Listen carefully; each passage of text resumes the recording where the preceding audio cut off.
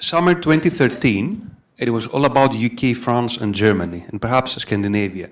Summer 2014, in a month technically, we're already talking about the Netherlands, Spain, Italy, and even Greece, although Ralph mentioned he doesn't really care, but I'm sure that people do care.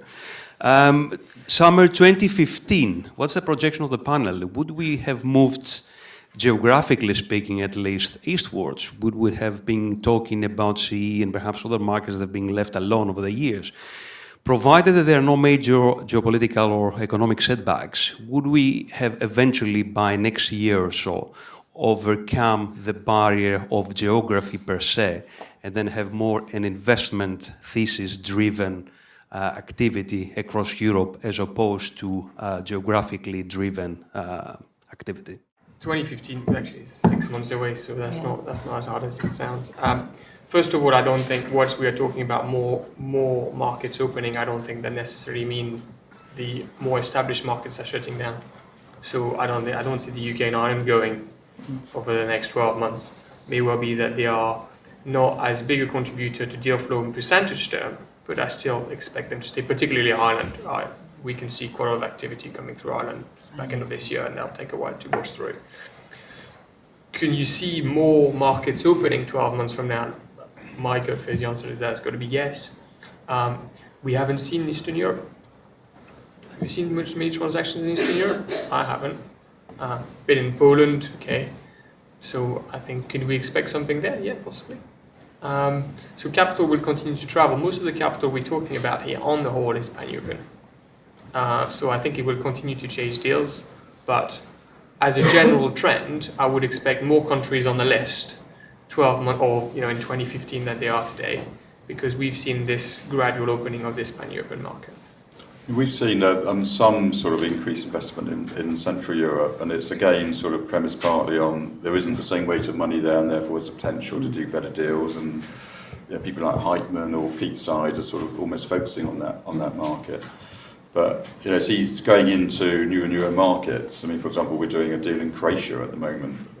It's easy to get it wrong if you don't fully understand the dynamics of the market, and there's lots of local issues. I mean, even for example on Spain, we haven't got into technical issues, but Spain, there's all sorts of limitations on interest deductibility. It's quite hard to have a mechanism that enables you to exit on a capital basis without incurring Spanish capital gains tax charge.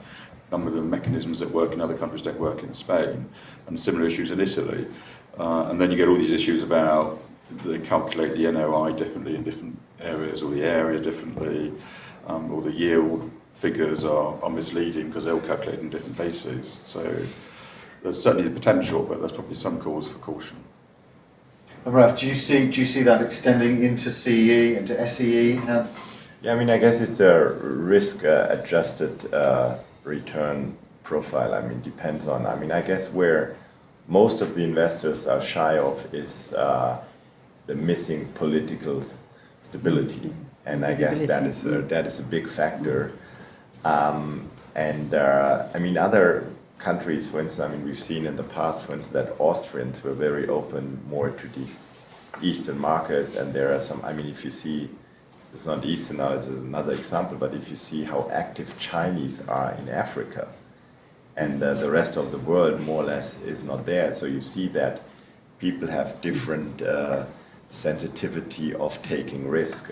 So it could be, but in my opinion, I mean, especially from the US, whether the US investors are really keen on going into Ukraine or Russia or something like that, I'm not sure about that. I don't think so.